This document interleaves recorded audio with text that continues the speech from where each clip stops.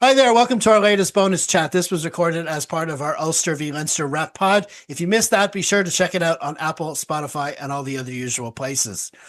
Now, with the Six Nations taking place slap bang in the middle of a rugby season, it means clubs pushing for silverware have to integrate their test players back into their squads as quickly as possible. It's far from ideal, but it's something the unions just have to deal with regardless. So how do you think the Irish provinces have dealt with it in recent years, Rich?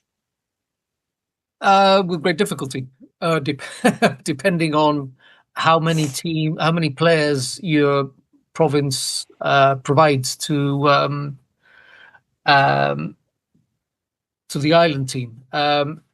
Of late, it's been very much piled on Leinster's side of the four provinces, but increasingly so this season, this Six Nations, we've had more Ulster players getting involved, Munster players, Connacht players, through because of a series of circumstances, be it players being on form or in form, I should say, injuries, injury cover, and that sort of stuff. We briefly mentioned in the pod about Stu McCloskey.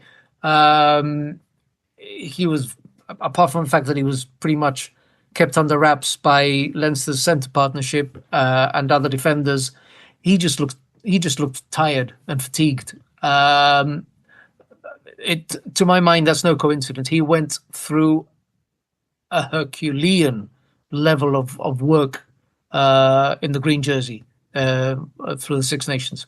That takes its toll. It's attritional. We all know this. This is our sport. And, you could tell after his two big performances in the Challenge Cup the previous 2 weeks that I think this game against us came a little bit too late for him, and he needs to refill those tanks before he can carry on again. And he's just one example. But, from a Leinster perspective, this has been the case for quite a number of years. It's like I said, it's increasingly happening to Munster and to Connacht as well as Ulster, and that is a good thing. Not just from a Leinster perspective, but I think it's a good thing that players are selected from the four provinces. More players are selected from the four provinces, because that will mean that there are better players across the four provinces, and not just have to be so heavily reliant on one of the provinces, as has been the case of late. The upshot of that, of course, is that the workload and the how can you put it? It's not quite workload, but the emphasis that is placed on one particular province in comparison to others, because of the number of players that they provide, is distributed more fairly and equitably across the four. Otherwise, you end up with which has been the case over the last few years, you end up with a province, Leinster, that supplies about 15 or 16 players regularly to the island squad. And when those players come back, they have to be managed properly. They have to be reintegrated into the team. They have to be reintegrated into what's been happening in their absence. You have to take care of any knocks that they may have had, any injuries that they may have suffered and therefore become unavailable. The team that has been playing in their absence, and I appreciate it's only a couple of matches this season, this Six Nations, you need to get that cohesion. Otherwise, when you're parachuting people in, then you lose cohesion. And the team that has suffered the most, and victims of their own success, because at the end of the day, it's a matter of pride to be able to have so many players in the national team. But it comes back to bite you. That level of success comes back to bite you. So it's good that the other provinces can also share the workload, and I mean that in a good way, in the sense that not because they wouldn't have wanted to, but rather because they will have better players there that are able to play in the island team, and that is very much the case with Ulster, as we've seen with Tom O'Toole, Stu McCloskey, Postlethwaite, all these guys. Hopefully, the Ward brothers and soon Balakoon, all these guys. You got a Munster with Jack Crowley as well, with Tyke Byrne. It's attritional, and of course with Connacht as well. You've got Finlay Bealham, you got Mac Hansen, you got Bundy. And increasingly you will have more players coming out of those provinces, in my view, and that's the way that this should go. It's difficult to reintegrate. You could almost say that it's an art form what Leo Cullen is able to do in order to keep all those balls that he's juggling constantly. This isn't the same as having your team. This is my team, and I'm going to play with this team throughout the season. He doesn't have that luxury. Yes, he has the luxury of having all these top internationals, absolutely. But a lot of the time they're not there, and a lot of the time he's having to reintegrate them into, So this is most definitely not a whinge, because the fact that those players go to play international level means that they come back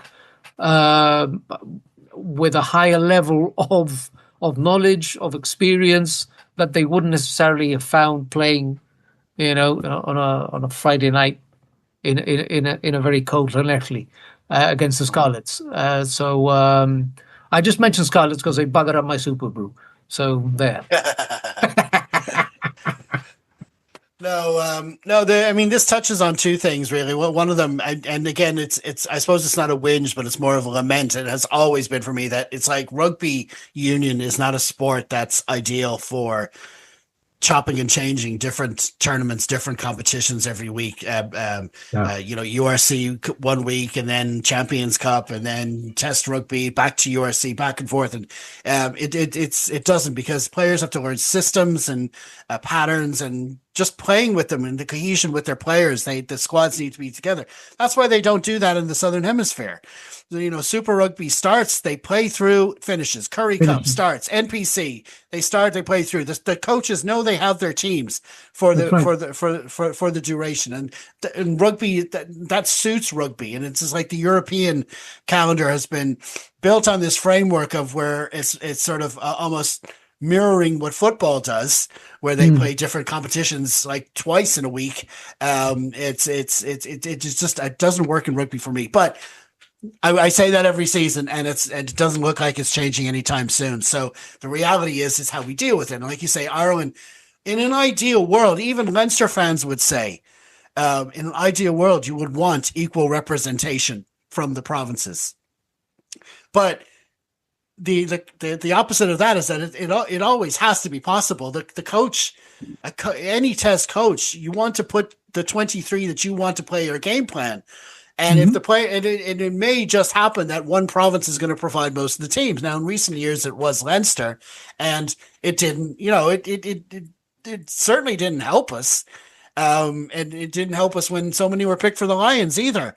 They're